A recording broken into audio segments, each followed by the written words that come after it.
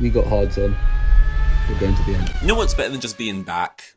Being back and it being better, right? Being back and knowing the script has changed. We're back for a third and final season, and the writers they've really pulled out all the stops. That's what it's like here. Because as much as it would be great after the sort of mid-season summer break, whatever they want to call it, right, to come back and it's like, oh, Formula One's back again, we missed you.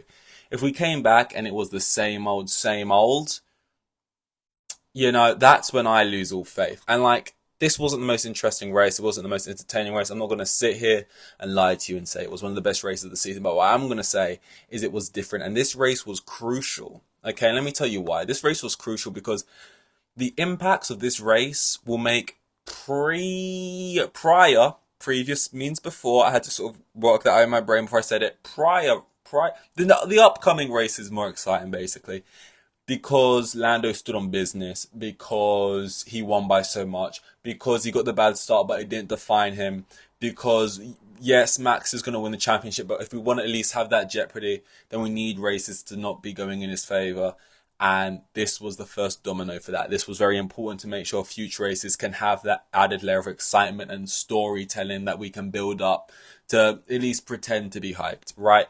We'll go through quali, the race rundown, and soft, medium, hards for Zandvoort.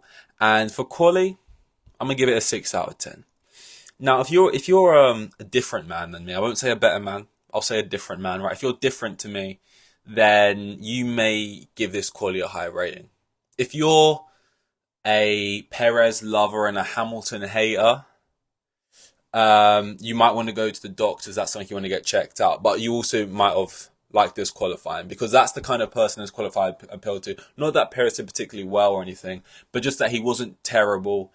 Hamilton got what he deserved, was out in Q2. He would have been out in Q2 anyway, but he also got the penalty, I guess. But for me, and who I like, which if I got to give you guys all a refresher, it has been a little while, but Lando Norris, which, yes, he was on pole by 3 attempts. Love to see that. Hamilton, oh. Daniel Ricciardo, oh. You know what I mean? Like, two of my three sons, they're all probably, they're all old. I said probably like, I had to sort of guess if Lewis Hamilton was older than me or not. Yeah, definitely older than me. But, they're my children. And, Daniel Ricciardo lets me down a lot. And I actually want to speak on Daniel Ricciardo real quick because I love Danny Rick. I really do. And I never really say this take because it just comes across in a bad way and it makes you look like a bad person, even though I'm not trying to get at, right? But like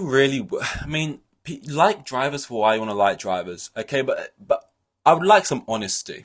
I would like some real honesty here because it drives me crazy. Just not the lies, okay?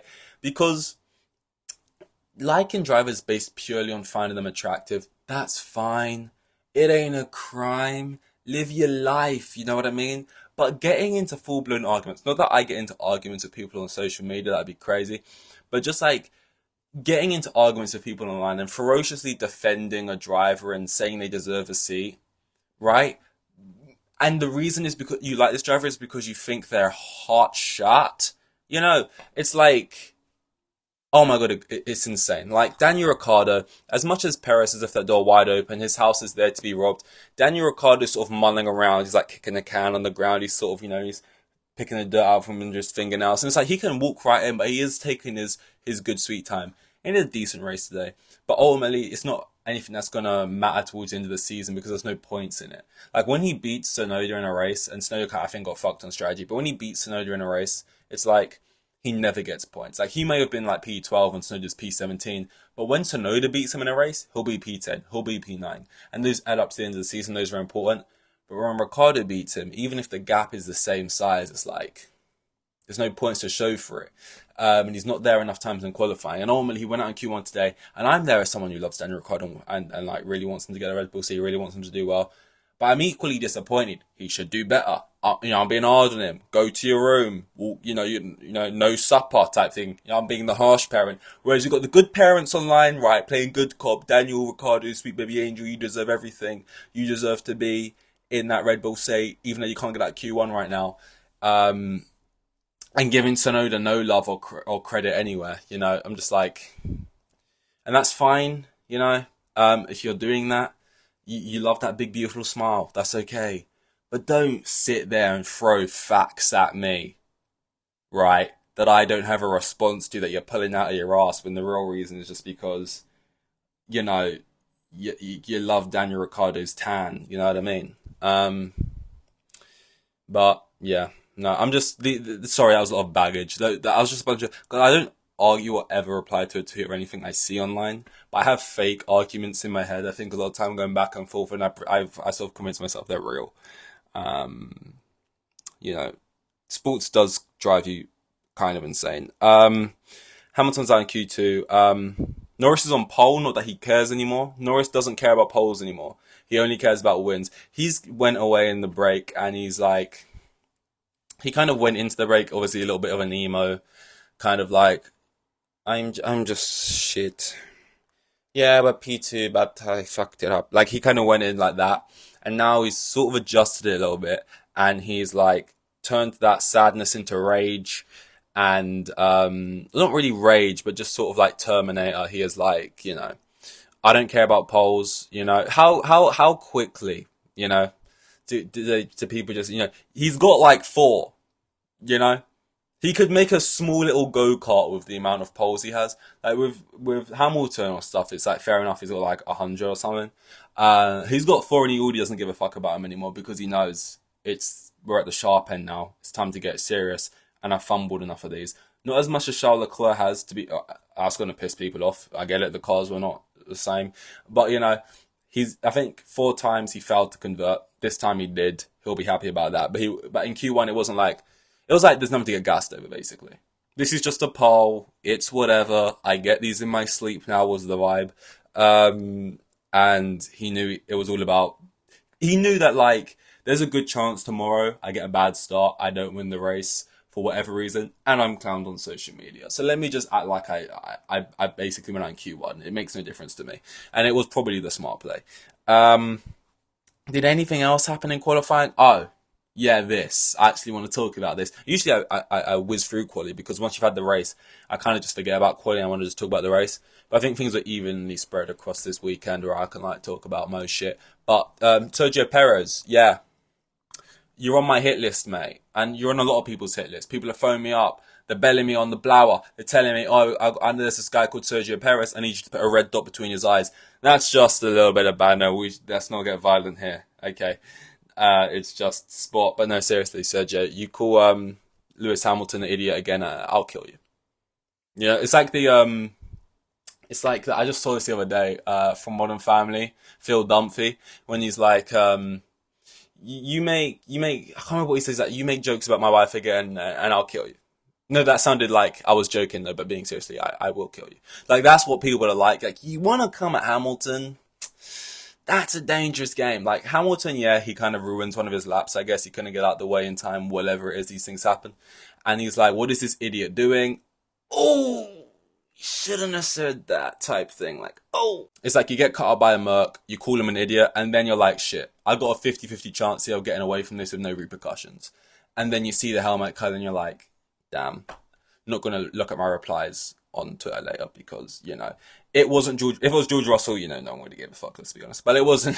It was Lewis Hamilton and ultimately you're Sergio Perez and shut the fuck up. You got out qualified by Sargent this year and he exploded his car this weekend. So just chill out, mate. Anyway, let's go to the race. Sergio, I love you really. It's just fun to banter you on a podcast. It's great to sit here with no repercussions because there is no audience really yet and just sort of berate drivers who are in a high pressure situation. Don't worry, I understand the ridiculousness of what's going on here. The race rundown. Shit start from Lando. I know. I was there. I watched it. I saw it. It was more than a bad start. He looked like he didn't even get out. Like he looked like, I don't know. It was really bad.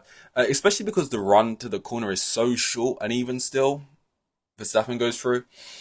and all the prophecy, all the memes, the Groundhog Day, we're living this again, we're stuck in the same time loop. It's the Doctor Strange trying to get with that woman, and he's stuck in a time loop, and he can't get in with her. And it's like, I'm living this again and again, and it's like all of those Groundhog Day style movies and TV shows and stuff. I'm going through it. It's pain, it's suffering. I've seen all the tweets the day before saying, so that's going to be Verstappen leading into lap two, then, isn't it? And it was all happening before my very eyes, and it was just kind of like, I've kind of prepared myself for this. I'm kind of used to this trauma at this point.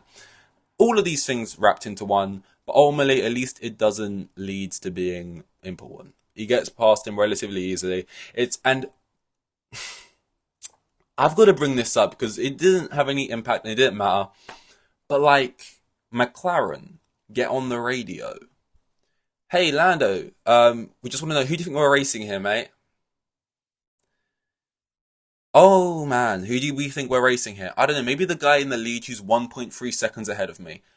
The way that this team, considering how much they've won in their history and stuff, I know these are different people, drivers and engineers and stuff in the garage now, but like the second they are in the position to like, fight for stuff, they just don't have, they have number two energy. Like, they don't know what to do with themselves when they get in these situations. Yeah, you got overtaken into lap one. Not ideal. What do you mean, who are we racing here? We are 3 laps in and he was 1.3 seconds ahead. No, we don't need to go do a 2-stop. No, we don't need to slow down and try and cover him off or do like a weird strategy thing. Just drive. You're quicker. You were 3 times quicker in qualifying. You apparently have long-term pace, whatever it is. Like, just relax. It was a bad start. We know he does this. You probably planned for this in some kind of way. He'll overtake him eventually. What do you mean, who are we racing him? Do you want him to say, like, Lewis Hamilton in P13? Oh, let's try and cover him off type thing, like they did that, whatever track it was, I can't even remember, that was like a month ago. It's just like, they got to stop with that, but it didn't matter anyway, and you got past him with relative ease, and it was fine, but like, that was annoying. And it didn't seem to matter because, like, yeah, I mean, I guess the only thing is that Lando can have the perfect weekend, he can have the perfect qualifying, he can like dominate 3 tenths in front of anyone else, ahead of obviously Verstappen and his teammate in third.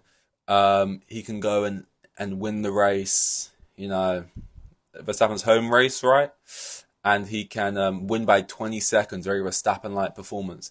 He can have that perfect race. He can get the fastest lap, not on fresh tyres, on his final lap, right? A very sort of baller thing to do, Snoop Dogg in the corner, sort of, that kind of meme.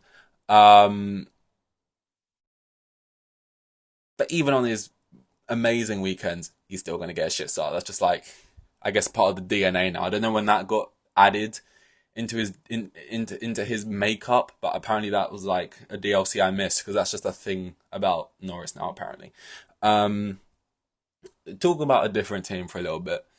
We'll talk about Mercedes. I don't mind. I'll do it. I'm brave enough to. There's nothing really to say apart from the fact that George Russell and Lewis Hamilton are an interesting one. And I would say this season so far, and to be fair, I think a lot of the first season ahead of each other as well, is they are like, their whole dynamic would make for a great love story because it is like two long distance lovers who just find each other in the middle of this world come the end of every story. It's like at the end, he starts up here. He's this small town boy living up in the hills, and he's this sort of farmer girl, trying to make a name for herself in the big city. And but they come to meet each other and they find their common ground in like P7 every weekend. It's like what I'm trying to say is George Russell will most of the time will out qualify Hamilton, and Hamilton will have a shit weekend. And then completely getting an interview and just say the whole weekend is pointless now and he doesn't even care anymore, something like that. And they'll come to the race, and George Russell's like P4 and Hamilton's like P15, and they meet by the end of the race. They're in the same place, and like that's been an ongoing meme for a while. But like, it happens so often. Like George is up here, and it's probably because he's like, it's probably quite simple. Like he's probably qualifying really well with maybe a car that shouldn't be that far up, and Hamilton's coming through the pack on a car that shouldn't be that far back. Like, it makes sense, not the crazy thing in the world, but it's just funny that it happened twice, that whole meme. So thought I'd mention that. Albon, this is a quick thing. that probably doesn't even need mentioning on the pod. It wasn't that big of a thing, but like Albon has lost. I don't want to use this word. This is sort of one for the kids of the sort of the young guns. But he's lost his aura. He's negative Riz or whatever. I don't know. I'm old as fuck, but like he's just lost something. I used to be a big Albon guy, and he was kind of cool and stuff, and you're always rooting for him. And I was like, yes, oh, he had this tragic story, but he's coming back into his own at Williams. But like, he needs to get out of Williams ASAP, and not because I don't think Williams are competent. I mean, they got signed, so I have a good teammate, and maybe the dynamic will finally change and it'll become different with some kind of regular competition.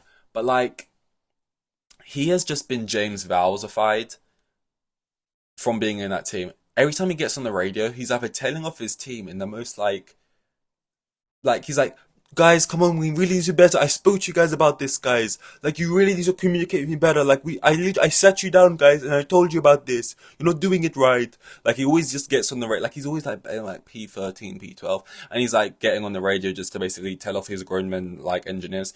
Or like in today's case, like he got over. I'm sorry, but like for like the layman kind of like, I don't know, cars or what is safe. To me, it's like you got overtaken and then jumped on the radio and was like, that's not safe. Like that needs addressing right now.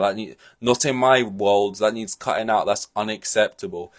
And it's like, he's just lost something for me. Like I just feel like he's long gone from Albon on the grass, in his first season in the Red Bull or whatever.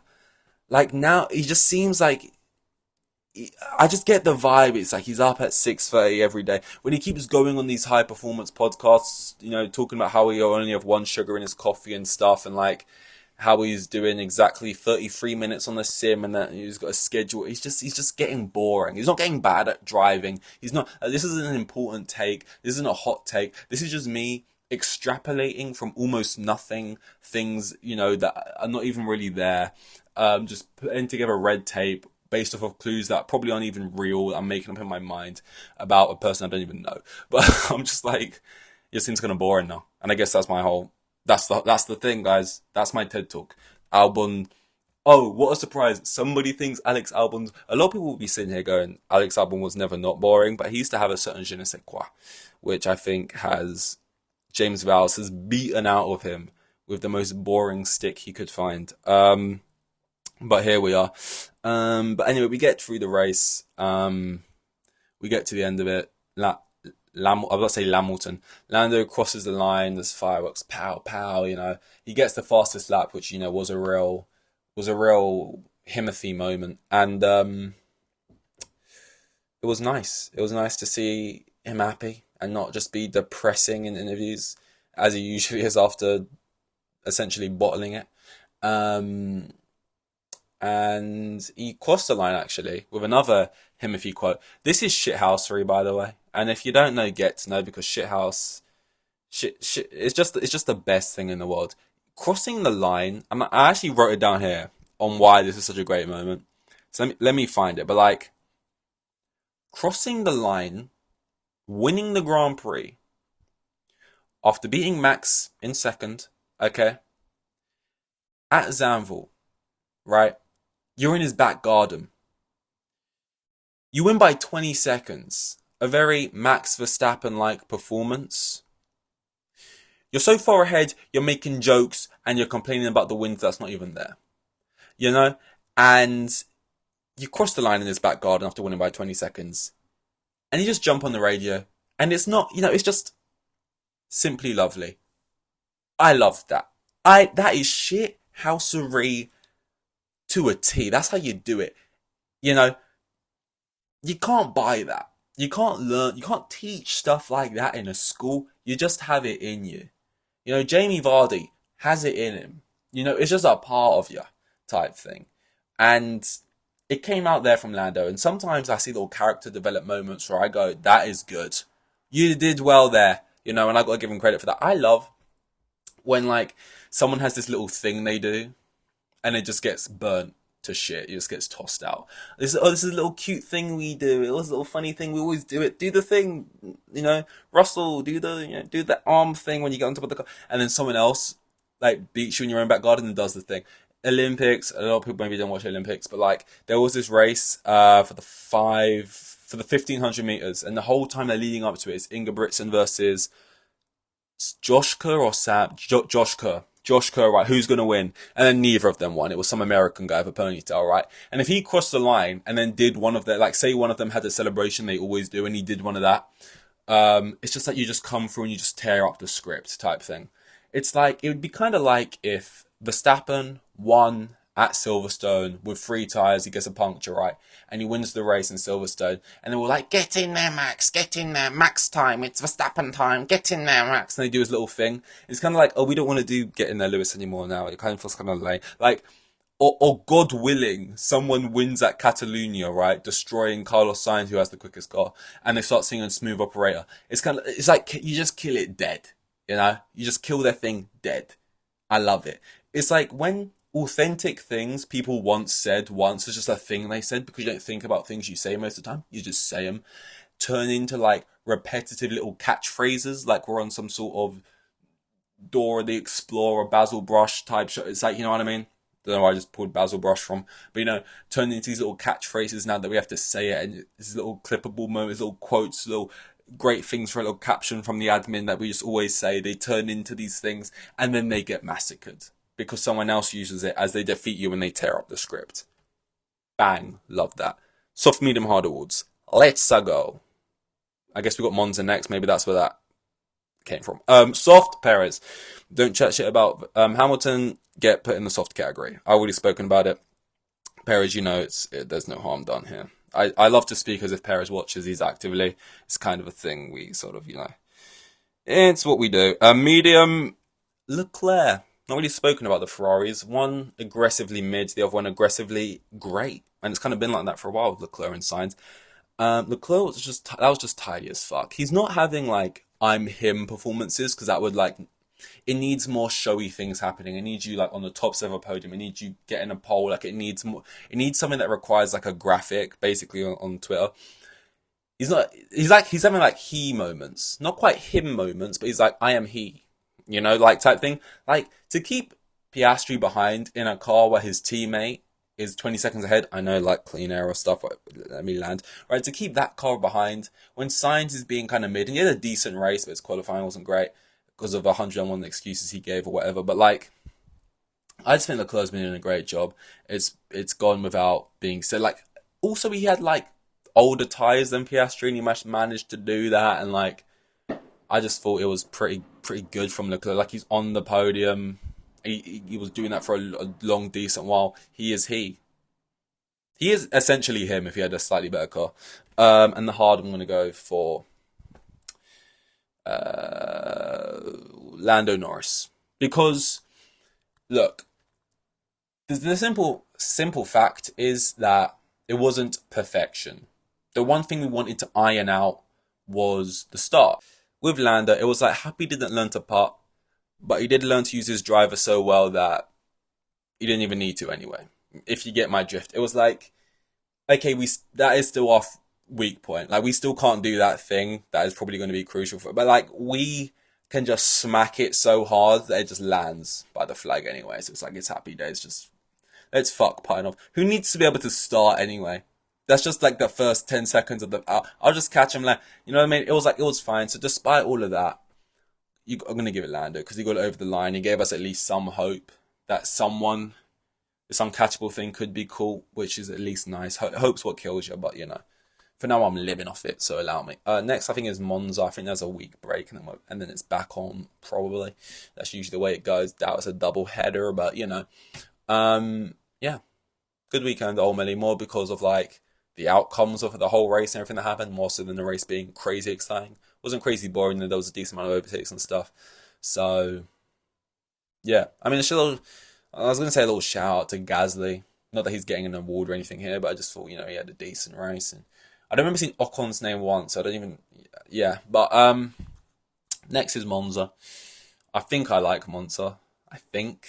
Monza's the one I like. It's the easy one that everyone can play on the game, so that's probably why I like it. I'll see you then. We got odds and we're going to the end. Thanks.